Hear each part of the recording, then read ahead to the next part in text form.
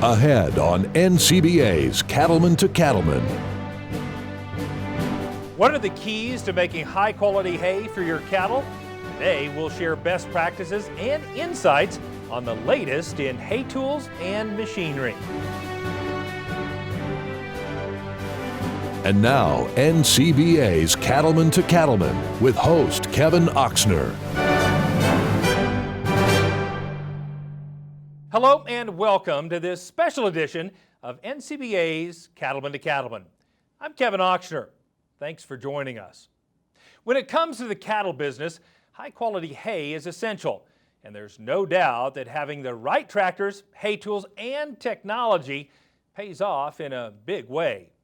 So today, we're going to spend our time focused on the keys to success in making high-quality hay, and we'll give you some valuable information that will help you make your next hay season even more productive. And here to share their knowledge with us are three experts from New Holland Agriculture, all of whom work in the hay and forage group. Kurt Hoffman is focused on crop packaging. George Rigdon works in the area of supporting hay tools. And Jordan Molesky is the manager for crop preparation. Welcome, gentlemen, to the show. We're sure glad you're here. Thanks. You know, there's been a lot of advances all across the agricultural industry over the last several years in terms of tools and technologies. And I'd just be curious, Jordan, what are some of those advances people need to be aware of from a cattle person perspective? From a technology standpoint, It's really been interesting during our careers. We've gone from calling cards to bag phones to flip phones to now smartphones, and technology has really made its way into every aspect of the producer's life. The hay tool hasn't been left out.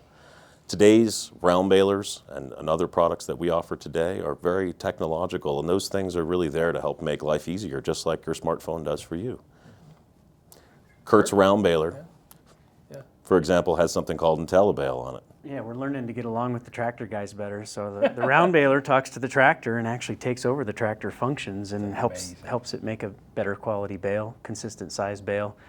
So automation between tractor and round baler has really taken a big leap forward in the last 2 years. Yeah, you don't think sometimes of hay making as technologically advanced as planting a corn crop, but it really is. Oh, it definitely is, yeah. And so tell us this, as we talk about hay making, one of the big issues that we face is getting that hay to dry fast enough. And I know New Holland has always been leaders in that area. Tell us a little bit more about that. Well, sure. I mean, when it comes to drying your hay quickly, technology is a piece of it, but only so much as far as the weather forecast goes. When it comes to making your hay and getting it dry very, very quickly, I think the real key, falls back to the age-old technologies. The mechanical conditioning systems that New Holland pioneered back in 1964 with the first hay mine have really come a long way. Being able to cut, condition in a single pass, and today to be able to lay that swath out extremely wide behind your mower conditioner, your self-propelled windrower, is going to help keep the stomata open on those plants, help that material to dry down very rapidly, and it has a really big influence on crop quality. So once we have that windrow laid out wide, we're going to have to rely on some tedding and raking to prepare that hay to bale. Is that right, George? Absolutely, Kevin. And I think it's a real situation. A lot of producers have experienced firsthand. You turn on the news, you watch the weather, looks like you're going to have maybe 5 days of a window to get up good quality dry hay. You go out, you mow, you come back in later that evening, look at the weather forecast. That window has now shrunk to maybe 3 days. So how do you best manage that shorter window? And I think that's where tedders have really been growing in popularity to help you best manage that shorter weather window to get up good quality dry hay. And we're seeing it, I think, expand too beyond just the grass hay producer. We're seeing expansion into alfalfa producers and trying to manage that shorter window and get up good quality dry hay. Quite honestly too, there's a lot of a transition occurring too in terms of bigger tedders. So customers looking to run that tedder optimally at a slower ground speed, cover just as much in terms of the number of swaths, and still realize the maximum benefit of that tedder in their operation. And looking at rakes, we're seeing a pretty wide adoption of, on wheel rakes, a center kicker wheel kit. That center kicker wheel kit will help elevate that crop up off the ground, incorporate the bottom part of that crop mat in the rest of the windrow to help you get more uniformity in your dry down time. Wow. And the other thing it does too is it helps to allow that baler pickup to more cleanly pick up the windrow as you follow the rake. Outstanding. I want to pick up on one thing you mentioned there, and that's in terms of timing. So what are some considerations we need to keep in mind as we think about the timing of tedding and raking? Sure. Really, a tedder, to realize the full advantage and benefit of that machine, the sooner that you can get out behind the mower or the mower conditioner and start tedding, the more positive impact you'll see from the performance of that tedder. So the main principle of the tedder, of course, is to kind of separate the crop and spread an even, uniform crop mat across the back. That allows for more sunlight to get penetrated. That allows for more airflow, more wind movement through the crop to help you really maximize that dry down and reduce that window in terms of drying. When it comes to raking, there's some different variables to take into account. If you look at alfalfa as an example, certainly you want to be raking when it's not at a bone dry moisture content. The risk you run there is the drier it gets when you're forming that windrow, the more susceptible you are to leaf loss and shatter. And of course, that's where the nutritional value is in that plant. Yeah, we're pretty sensitive to that on that alfalfa crop for sure. Yes, sir. So let's talk about another way to keep leaves in alfalfa is just to bale it wet. And you know, I've heard a lot about high moisture baling more recently. Kurt, tell us more about that. Yeah, along the lines of what George was saying earlier, you know, if you get lucky and there's a 5-day window and you can make dry hay, that's awesome. If it shrinks to 3 days, that's still maybe doable, but what do you do when the weather forecast has got 40 and 50% showers in it for 5-6 days straight and you got to get that hay off? So your options are pretty limited, so one of the best things you can do is make high moisture hay. You wilt it down 10-15 points and you're good to go. It takes, you know, 6-8 hours and you can get it done. You can be in there baling that crop. You harvest more leaves because the plant obviously is wetter. It's ideal to try and make that crop between 45 and 55% moisture when you can. Outstanding. So what are some of the strategies we should consider if we want to move from baling dry hay to baling high moisture hay? I mean, one of the strategies is lay it out wide. That doesn't change. We're still trying to get the sunshine to the stomata on the alfalfa plant, get it to wilt down as fast as possible, conserve all the sugars you can, because obviously you're going to need those sugars to ferment that feed, to give it good stability when you take the plastic off of the feed and give it a longer stability. I'd like to see, you know, a 4.0 or a 4.5 on the pH, and the more sugar you can keep, the lower you can drive that pH for bunk stability. Basically, you're wanting to rake that crop in 24 hours and get it baled. Wrapping it, you certainly don't want to wait much over 2 or 3 hours after baling to get it started. You want to try and keep the core temperature of the bale down well under 140, 150 if you can. When you test that crop, you'll see what kind of a job you've done because you can look at the heat damage protein and see how high that core temperature got. So you said we're going to bale at, what'd you say, 40 or 45% moisture? Ideal is 45 to 55 if you can, yeah. But if the weather doesn't let you get it that dry, Yeah. I mean, you can bale all the way up to 65%. You really don't want to bale it any wetter than that because when you take the plastic off, you're going to find water and sap in the bottom. The bottom part of that bale probably isn't going to be eaten as well by the cattle because there's more butyric acid in there that stinks and they don't consume that crop as well as they should. Right. But hey, if Mother Nature doesn't leave you any other option, it's still better to do that and get decent quality feed out of the 90% of the bale rather than leave it there and get wet. So Kurt, what would you tell our viewers in terms of why they should consider high moisture baling? Higher digestibilities. It doesn't really require as much time to get the job done as far as weather window.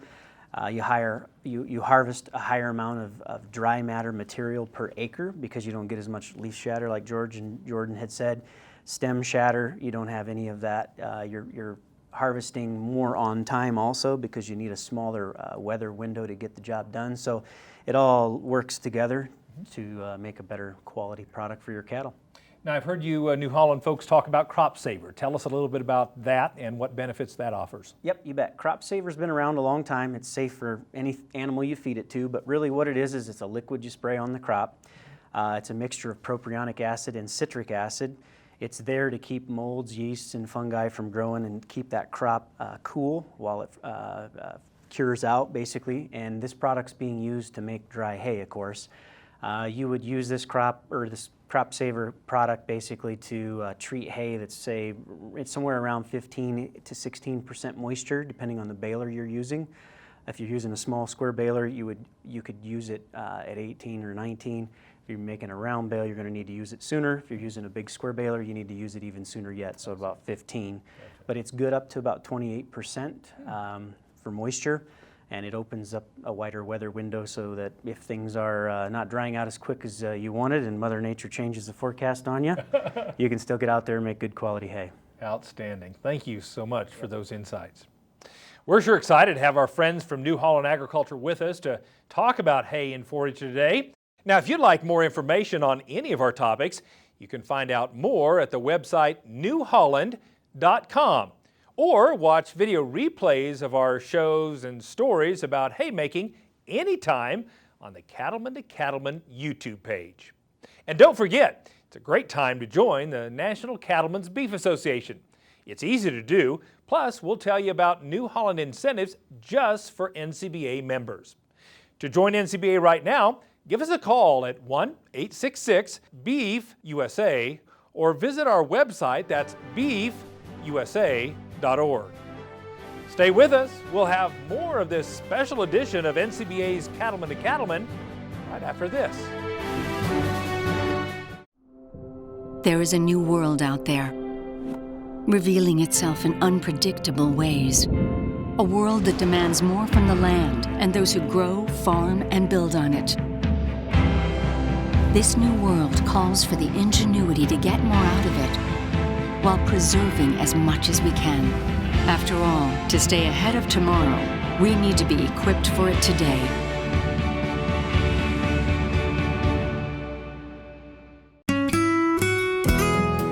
Stay Tough fence will last 3 times longer and is 4 times stronger than low tensile fencing. High tensile wire, solid vertical stays, and tight fixed knots all provide superior strength. You will use fewer posts, saving time, labor, and money. Protect your investment for generations with Stay Tough fence. Stay strong, stay tight, stay tough. Blaze a trail to Phoenix, Arizona and the 2018 Cattle Industry Convention and NCBA Trade Show. It's the cattle industry's biggest convention with education, networking, and fun. Plus, you can check out the huge NCBA Trade Show, outstanding entertainment, and more. Don't miss the 2018 Cattle Industry Convention and NCBA Trade Show in Phoenix, January 31st through February 2nd. Visit beefusa.org for more.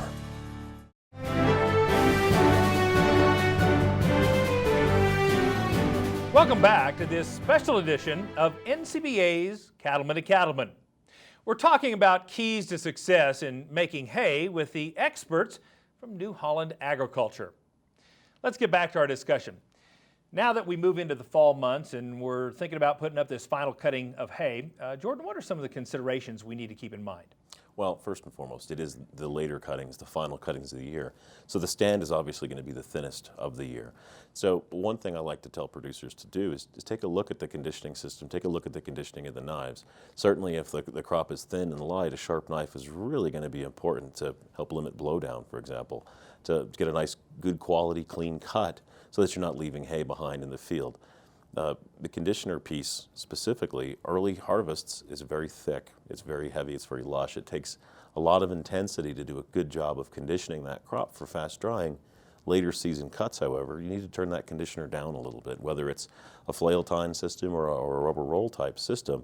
Back down that conditioning because you don't need to put that much conditioning into it because it is so light. You don't want to damage that stand and lose leaves, which is going to impact your quality. What would you add, George? Well, good point. And I think to Jordan's point, it's late in the year. Tonnage is down compared to what first cutting would be or even prior cuttings. And I think in looking at maximizing your rake, maximize the full working width of it. The tonnage isn't there, open it up all the way, produce a nice windrow, gather as much material as you can, save yourself some passes through the field with the baler, save fuel, save time that way, but really maximize your width of your rake. And from a baling perspective, Kurt, what would you add? I'm more relying on George raking enough material together for me, making that nice uniform windrow. I think our windrow uniformity suffers a bit in those later cuttings. So we'd like to have a windrow that's the full width of the chamber of the round baler in the case of a round baler. I think that the other thing that we start to do is because of the number of minutes of daylight's going down on us, we're in a hurry.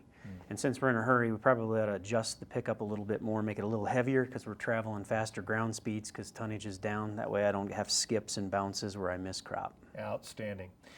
Jordan, you mentioned sharp knives. I know that's critically important. What would you have to share with our viewers about knives? Well, it doesn't matter if it's a sickle machine or a disc machine. A sharp knife is really essential to a nice, good quality cut. Our center pivot disc machines and our self-propelled windrows with Durabine heads have a quick change knife feature, which means there's really no excuse to ever have a dull knife again. Some folks talk about sharpening knives. That's something I definitely don't recommend, because you can take the temper out of the knife, which certainly isn't going to make it last very long. So changing blades or knives is very important to maintaining a good quality cut. With a sickle machine specifically, probably should look at some of those adjustments on that sickle bar piece. If your clearance isn't set right on the knife itself, crop can hairpin wrap a little bit on that knife blade. So make sure those adjustments are set up, especially for those thinner later crops. Very good. George, we talk about raking, and sometimes people think of it as just some kind of mindless activity, but in reality, it can have a big impact on the quality of the bales, right? Oh, absolutely, huge impact. I mean, it's probably, like I tell a lot of people, the first step to building a good bale is building a good windrow, and that starts with a hay rake. I mean, that's a huge influence on Kurt's round baler, on his square balers. Really, and when you get late in the season compared to early in the season, there's some adjustments you need to make too in terms of volume. Kurt had mentioned windrow uniformity. That's key. Windrow width is another big factor. So uniformity in shape, making sure that you're level and flat across the top, that's ideal. Width is another big factor, especially when it comes to round baling. If you want to produce consistent, dense, uniform-looking bales across the entire field, it's really key to make sure that your windrow width is set properly for the round baler that's going to be following that rake. As an example, if a customer's baling with a 4-foot wide round baler, if you can make a windrow that's 4 foot wide from edge to edge and it's uniform across the top, that's ideal. And the man that's running the round baler can run straight down the windrow, build himself a uniform, well-built bale time and time again. If you can't do that and you get late into the season, you may not be able to make a windrow that's uniform across the top from left to right, that's 100% the width of the bale chamber. So if you can make a windrow that's maybe 50% the width of the bale chamber and spend equal time on the left-hand side and right-hand side, you'll produce a nice uniform-looking bale. The worst thing I think that you can get into is if you produce a windrow that's, say, 75% the width of the bale chamber, you're always going to be filling the center of that bale. So no matter how much time you spend on the left and the right-hand side, the rake guy really set up the round baler man to be in a poor spot as far as building a nice high-quality bale that's uniform in shape consistently across the field. But we'll just blame it on the round baler guy. We can. But raking is certainly key. Yeah. So what are some of the adjustments we should be making to our rake? Sure. I think there's a number of different things. Looking at wheel rakes as an example, rake wheel flotation is pretty key. So ensuring that your flotation is uniform from front to back, from left side to right side, across the entire rake beam.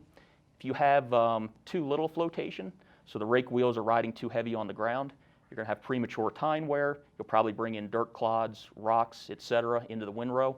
It's going to add to your tonnage, but it's not good tonnage. The cattle won't appreciate that. On the contrary, if you have too much flotation, the rake wheels won't completely engage the ground and bring that crop in to the windrow. So flotation is really key. I think another important factor is the rake arm angle. The steeper the angle that you have, or the wider the angle that you have on a wheel rake, the less raking efficiency you'll see. If you can kind of close up that angle and pull those wheels in more of a straight line, they'll turn more freely. You'll recognize greater raking efficiency as a result of that. Looking at rotary rakes as an example, ground speed and PTO speed are extremely important in terms of forming your windrow. And then the swath curtain adjustment as well to determine what size of a windrow needs to be produced in terms of crop volume and what baler is going to be following that rake.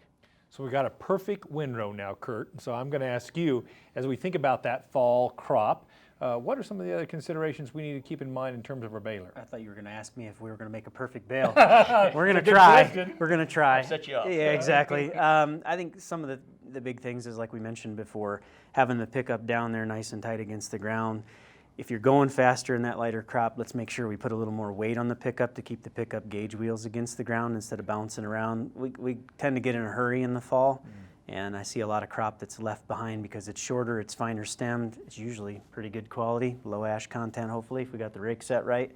So you want to get it all, and that's one of the things that is not done a lot of times with customers. So any specific adjustments we should be thinking about as we not only put up hay, but maybe even corn stalks or bean stubble or what have you? Yeah, in the case of crop residues, because they're coarser materials rather than the fine stem grasses and alfalfas that we've been baling, you want to turn your density up. You'd like to, get a bale that's at least 8-9 pounds per cubic foot. That way, those bales, when they're set outside in the field, they're not wicking up water out of the ground because they squatted down and now they have, double the contact patch against the ground. Yeah. By the same token, they're not absorbing a lot of water from, rains and snows and that kind of thing. And then if we get that density bumped up, we get a good bale shape to it. It might not hurt to put a little more net on it because that also helps repel water. And then where you choose to stack those bales. A lot of us are in a hurry, so they just go along the fence row, they go along the woods. If you pick a spot that's well drained, especially if you happen to have a gravel area to put them on, or better yet, even a building. A lot of us don't have buildings, but your choice of where you store things really affects things as well. Boy, I really appreciate this practical advice you give us. It's the reason that New Holland is known for your hay and forage expertise. We appreciate that. We're not done getting valuable insight on making hay and taking care of your equipment. If you'd like more information on any of our topics today, be sure to visit the website newholland.com. We'll be back with more right after this. Stay with us. You won't notice any untamed acreage here, a retaining wall that needs rebuilding, or an old gnarled tree stump in the middle of a field. Why? Because it's already been taken care of. That's why. New Holland has the power and versatility to create whatever world you imagine. Get 0% financing for up to 84 months on any compact tractor at your local New Holland dealer. New Holland, equipped for a new world. There are many great reasons to join NCBA, and that includes exclusive NCBA member-only discounts, such as savings on new equipment purchases from New Holland. Hi, I'm Mike Corman with New Holland Agriculture, and I'm pleased here to talk about our New Holland member benefits to the National Cattlemen's and Beef Association members. New Holland offers special benefits to NCBA members where they can save up to $1,000 off the purchase of a New Holland equipment. Members can save off the purchase of New Holland hay and forage and mid-range tractors, as well as other products. We have New Holland dealers located throughout the United States. Stop into your New Holland dealer and learn more. New Holland and NCBA, smart partners for agriculture. Savings on equipment purchases from New Holland is just one of the fantastic deals you get as an NCBA member. Don't miss out. Join NCBA today at beefusa.org.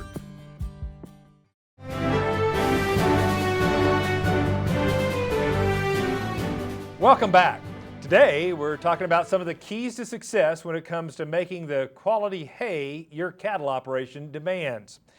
Now, of course, the reason for all this effort in making high-quality hay is to provide cattle the feed and forage they need. And I guess I would ask you, Kurt, from a baling perspective, producers feed hay in a number of different ways. And how should that drive some of the considerations we have when we're making that hay?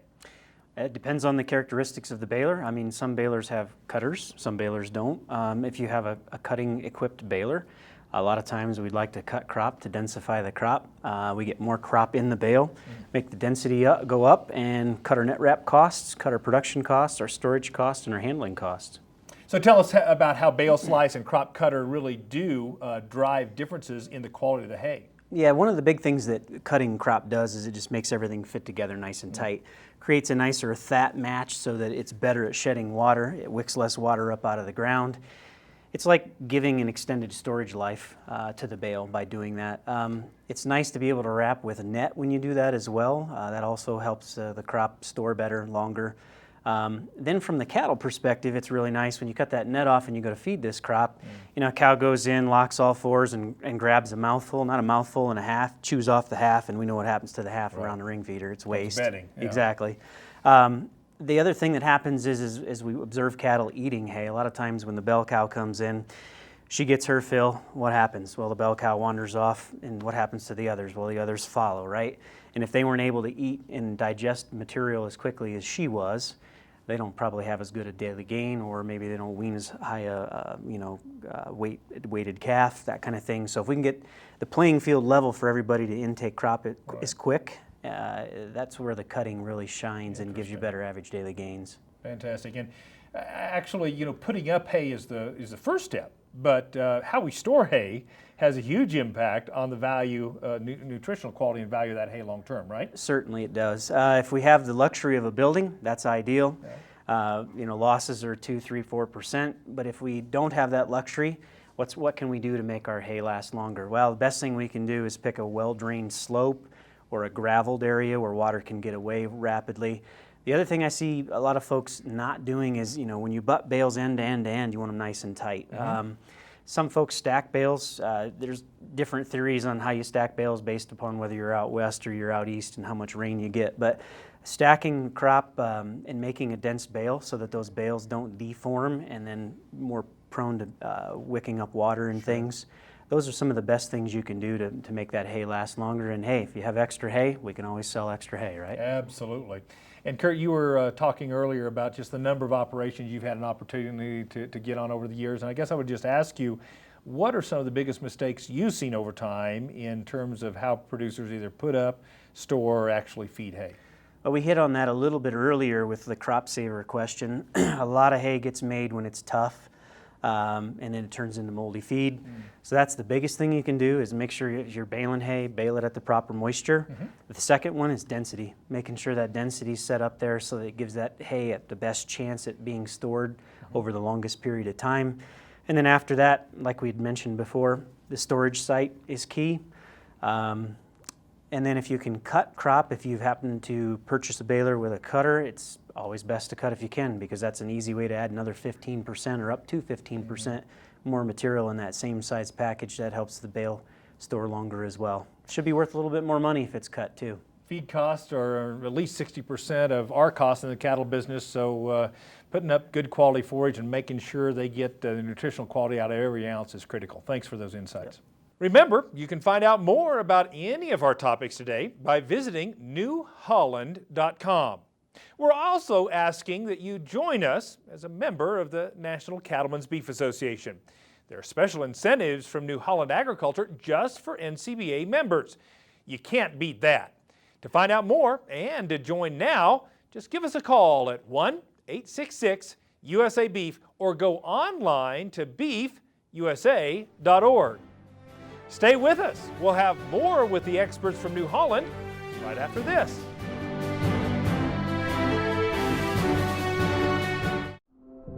There is a new world out there, revealing itself in unpredictable ways. A world that demands more from the land and those who grow, farm, and build on it.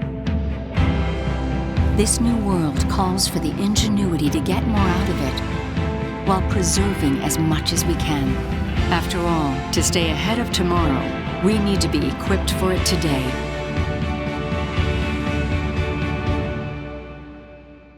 What does it mean to be an American cattleman?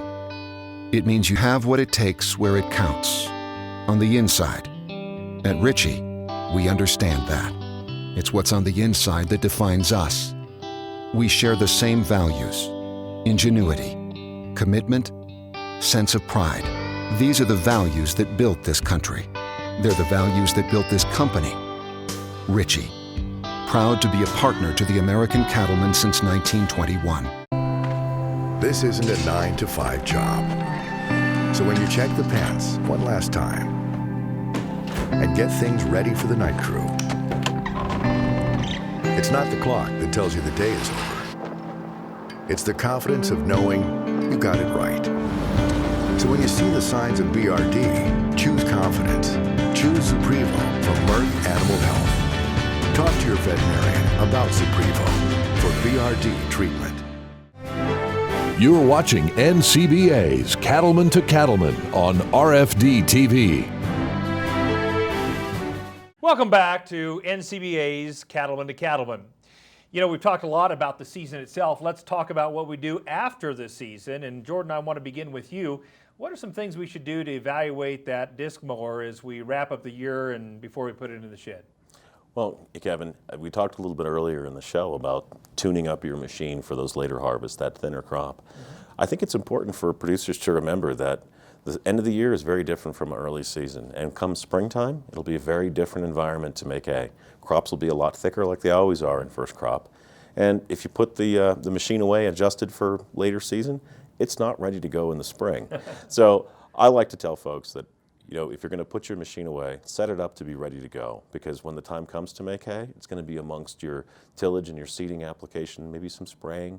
So it's going to be a rush to make that first crop like it always is, and you need to be ready to go with that machine when that time comes. Be prepared. Yeah. Let's talk about tedders and hay rakes. Is there anything we should be doing with those pieces of equipment before we put them away for the winter? Absolutely, and I think in a producer's operation, the list of equipment ranges from tractors to disc mower conditioners to round balers, sprayers as an example, tillage pieces. The hay rake, the tedder may fall way down in terms of regular scheduled maintenance, but that doesn't mean that they're maintenance-free pieces. There's some pretty quick and easy things to assess on them when you bring them in at the end of the year. To Jordan's point, if you're working in more of a late season crop with smaller tonnages going into first cutting that following spring, you're probably not going to be set up ideally for that crop. So just remember that when you go back to the field in the springtime, you're going to need to readjust probably your rake arm angle, your windrow width on a wheel rake. Looking at things as simple as rake tines, are there any missing, are there any broken? If so, replace them. If there's enough missing on an individual rake wheel, maybe think about replacing that entire rake wheel assembly. Very quick, very easy to do so. I think another simple thing in terms of wheel rakes is lift the wheels up off the ground, go around and spin them by hand. Are they binding? Is there excessive free play or slop in them? If there is, address those bearings and get them replaced so that when you go to the field in the first cutting, to Jordan's point, kind of on a limited time schedule, in a rush, everything's ready to go and perform. So I know we may be using the round baler a little later in the season than these other tools as we think about crop residue and so forth, but ultimately we're going to put that in the shed as well. And so what are some things we need to think about as we wrap up the year, no pun intended, with the round baler? Well, one of the first things you want to do is get the compressor out, blow this thing off. Let's take a look at it. Let's inspect bearings, chains, belts, lacings, that kind of stuff on a round baler. And also, don't forget your pickup. Pickup is taking an abuse probably all year long. It's been down in the dirt doing the job for you. Let's take pickup bands off, get in there and take a look at cam follower bearings, cams, that kind of stuff. Make sure that everything's good and tight still. If it's not, now's the time to go ahead and replace that stuff. That way, as we'll find out later, that's sets you up either for next spring or sets you up to make a trade maybe. Very good. And as we talk about this year-end kind of activity, I guess I'd be curious, what are your recommendations in terms of how we should engage our dealer in making any of these evaluations about the equipment or about repairs that we may need or what have you? Jordan? We have checklists that we provide dealers with many of our equipment, much beyond hay tools, certainly, that helps dealers to assess equipment, and those could be made available to customers as quick guides to kind of go down through and kind of check that equipment out, make sure that it's good to go. End of season, a lot of dealers will have parts specials, obviously, because their parts business might be slowing down at the year end as well. So it's a really good time to be able to order that long lead time part and have it on hand and be ready to go and really tune up your equipment and get a little bit more dealer support, because when you slow down, they slow down too, and everybody's a little bit better equipped to work together. Very good. Would you guys add anything? Sure. I mean, a lot of dealers also run a winter maintenance program. Oh. So it's an opportunity if the producer decides that doesn't have enough time maybe to go through and perform the inspection, like Jordan's talking about. A lot of dealers will work with that producer to bring the machine into their shop. They'll go through an inspection checklist, perform the regular scheduled maintenance. If there's any items that need attention, they'll review that with the customer. And at that point in time, then maybe it's a discussion too on, do we replace these parts that need attention, or is it maybe time to think about trading? Very good. Kurt, anything else? No, I think they did a great job. They've covered. Fantastic. Well, I do have a few more questions for you guys in just a little bit, but I want you to remember, if you want more information on any of the topics we've discussed today, make sure you visit the website newholland.com. Still ahead, we'll visit with Baxter Black, and we'll have more on haymaking right after this. Stay with us. You won't notice any untamed acreage here, a retaining wall that needs rebuilding, or an old gnarled tree stump in the middle of a field. Why? Because it's already been taken care of. That's why. New Holland has the power and versatility to create whatever world you imagine. Get 0% financing for up to 84 months on any compact tractor at your local New Holland dealer. New Holland, equipped for a new world. Blaze a trail to Phoenix, Arizona and the 2018 Cattle Industry Convention and NCBA Trade Show. It's the cattle industry's biggest convention, and there will be education, networking, and fun. Plus, you can't afford to miss the huge NCBA Trade Show. Well, I think the trade show is a great place to get new ideas. There's no better place for cattlemen and women to learn and connect with fellow producers from across the country. The NCBA Trade Show is one of the great reasons to attend the convention. There's so many things to see, from vendors to livestock handling, demonstrations to all kinds of things, meat cutting demonstrations. It is a wealth of information. Plus, there will be top-notch entertainment and information that will help the bottom line of your cattle business. So blaze a trail to Phoenix and the 2018 Cattle Industry Convention and NCBA Trade Show, January 31st through February 2nd. Visit beefusa.org for more. Say goodbye to your toughest pasture and rangeland weeds for good. Because one product offers season-long control, handles the widest spectrum of broadleaf weeds, and clears the way for increased forage with greater grazing flexibility. So you get more beef per acre at a cost that can't be beat. It's Grazon Next HL herbicide, and if it's in your pastures, plain and simple, weeds won't be.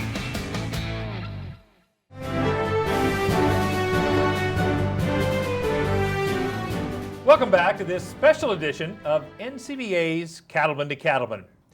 I want to come back to where we left off during the last segment, which was we've evaluated our equipment. How do we make the final decision, Jordan, of whether we tune up or trade in?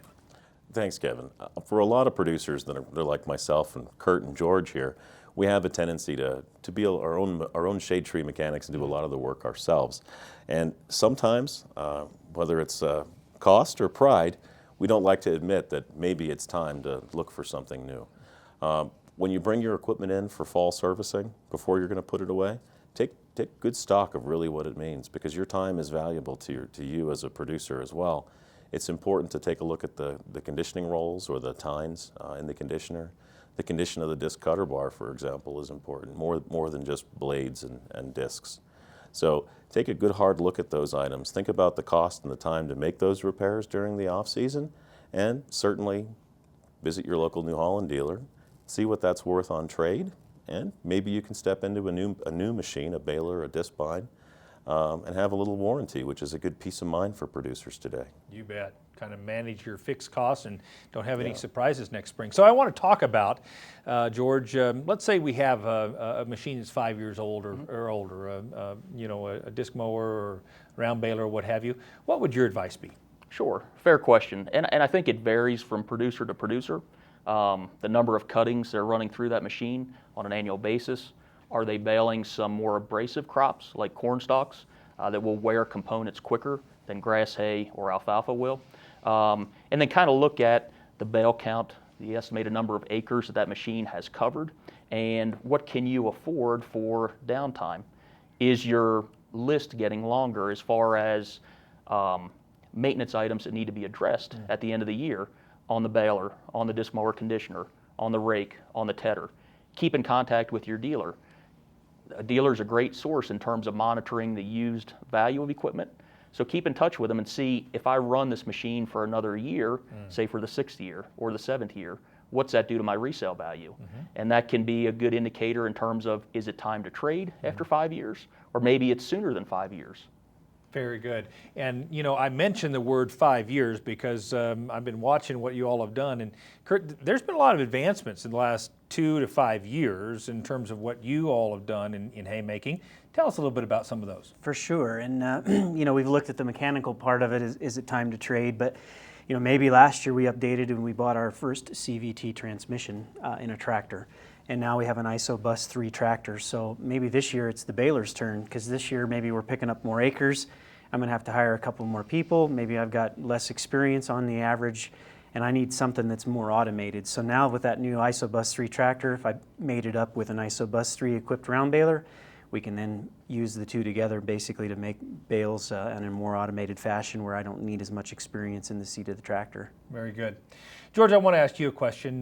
You know, Ford and New Holland has a long history and heritage with livestock producers. And I guess I would ask you, what makes you all so uniquely qualified to serve the needs of today's cattlemen? Sure. I think it goes back to our heritage and history as a company.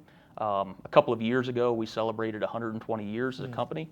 We've always been very focused and dedicated to the grassland farmer, to hay production. Very strong heritage. There's some new entrants coming into the marketplace today with a hay tool line.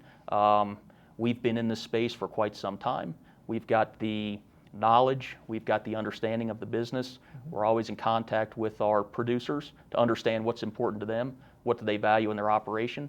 I think another piece of it too is it doesn't matter the size of the cattle producer, if it's a part-time guy, a mid-sized guy, or a large-sized guy, we have a number of solutions available, from the mowing part of it, to the tedding, to the raking, to the baling, and even bale handling with a self-propelled bale wagon. So we really have a full range of solutions that are dedicated to helping cattle producers really put up high-quality hay. Yeah, I sure have appreciation for the fact it's not just the equipment, it's the kind of knowledge you've shared today and the kind of technology you're talking about for tomorrow that really makes a complete solution for cattlemen and women like myself.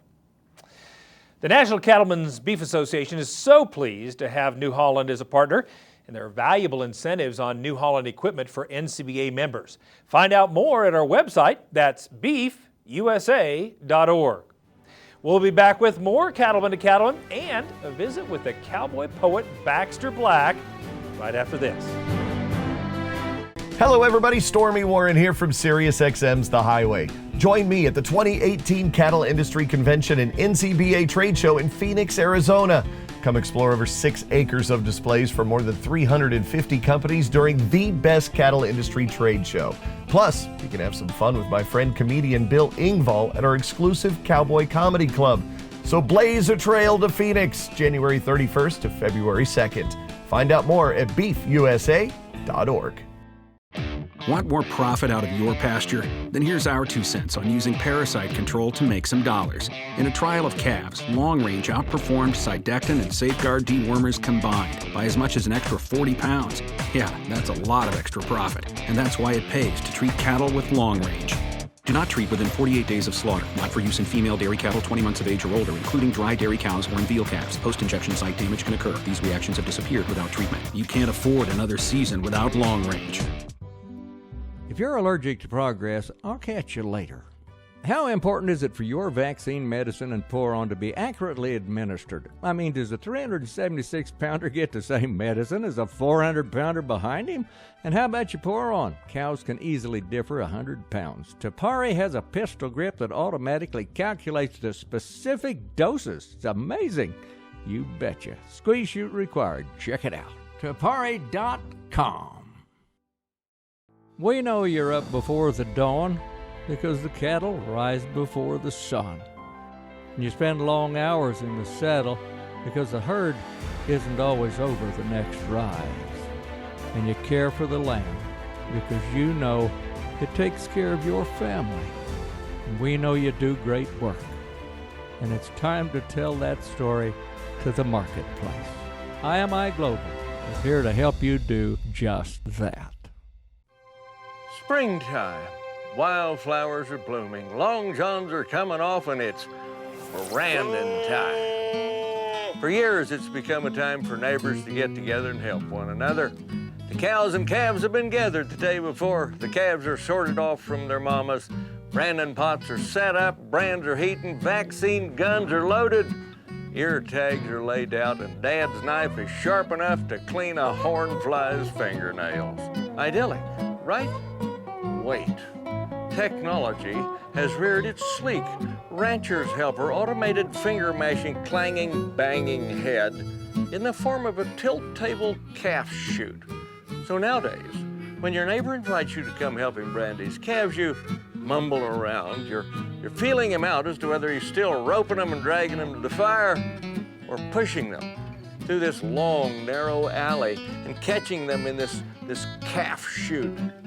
Sure, You appreciate that it's easier on the calves and the help than the horses, and that it takes less time and labor, even less space than the traditional way, but it's so mechanical, so feedlot, so farmerish. It's like work. Branding calves is not supposed to be work. It's supposed to be like Christmas, the 4th of July, going to the National Finals Rodeo. Not like getting your Army physical or helping your neighbor unload a truckload of salt blocks. You dress up to come to a branding. You wear your chaps and your spurs, not your coveralls and steel-toed work boots. You worry about missing your dally, not banging your head. Getting run over in the alley lacks the excitement of having a calf run under your horse. A deft jab with a hot shot or a professional sub-Q injection does not elicit the same yee-haws as a beautiful over-the-shoulder catch double hocking a snaky calf. It's the difference between shooting a pheasant out of the air and hitting one with your car. Besides, it gives your horse a purpose and you a little glamour, and we can all use that now and then. This is Baxter Black from out there.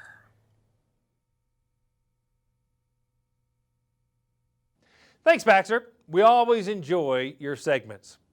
Now, if you'd like to stay up to date with what's happening with NCBA's Cattlemen to Cattlemen, you can find us on Facebook.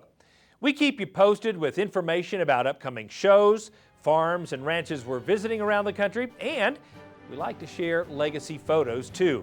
So check us out on Facebook. We're back with more Cattlemen to Cattlemen right after this. There is a new world out there, revealing itself in unpredictable ways. A world that demands more from the land and those who grow, farm, and build on it. This new world calls for the ingenuity to get more out of it, while preserving as much as we can. After all, to stay ahead of tomorrow, we need to be equipped for it today.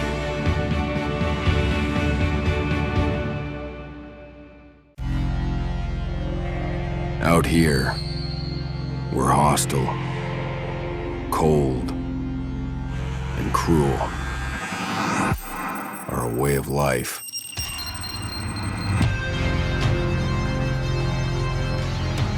There's no better way to live.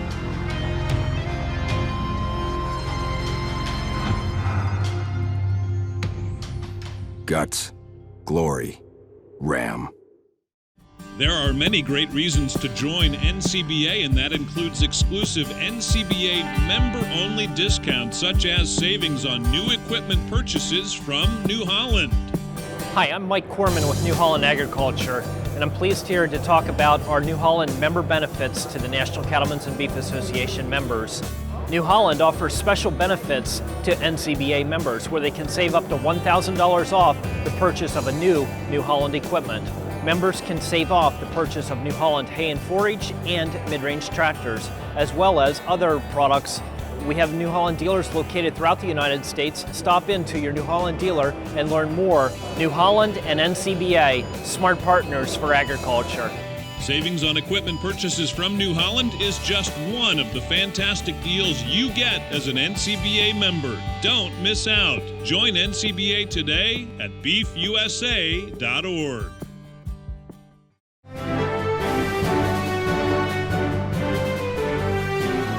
Welcome back as we wrap up this edition of NCBA's Cattlemen to Cattlemen.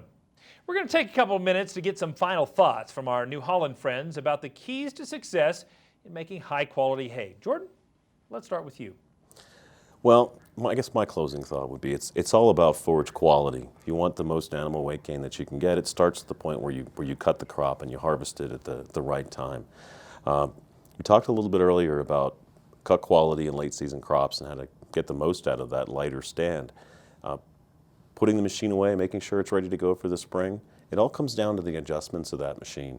Make sure that machine is properly adjusted for the conditions it's going to see, whether it's early spring harvesting or late season harvesting. It takes just as much effort to make poor quality hay as it does to make top quality hay. That's a great point. George, what would you add? Sure. Well, Kevin, appreciate the opportunity to come here on the show today. Been a great experience.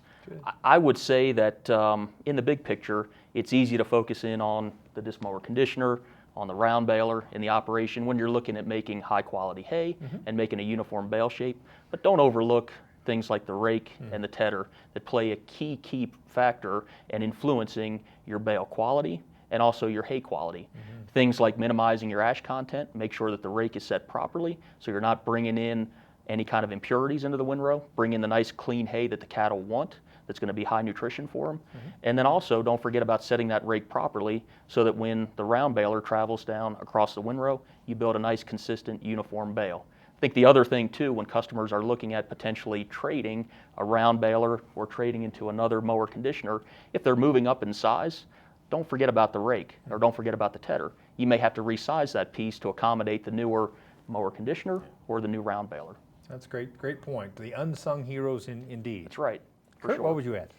Well, I think that was very well said. I'm the old guy here, so I'm going to say don't be afraid to try some new stuff. Take a look at some new stuff. Maybe it's not brand new cutting edge stuff that came out today, but maybe you've monitored it for 2 or 3 years and you kind of like what you see. Don't be afraid to try that new Ncba density. Don't be afraid to try and things like IntelliBale, and don't forget, maybe you don't buy it today, but maybe you go out and ask that dealer that we talked about, trade in value for a demo. Doesn't hurt to ever ask for a demo. You can always try it, try a lease, see if it's going to work out for your operation, and go for it. Always go for the best quality hay, like Jordan said.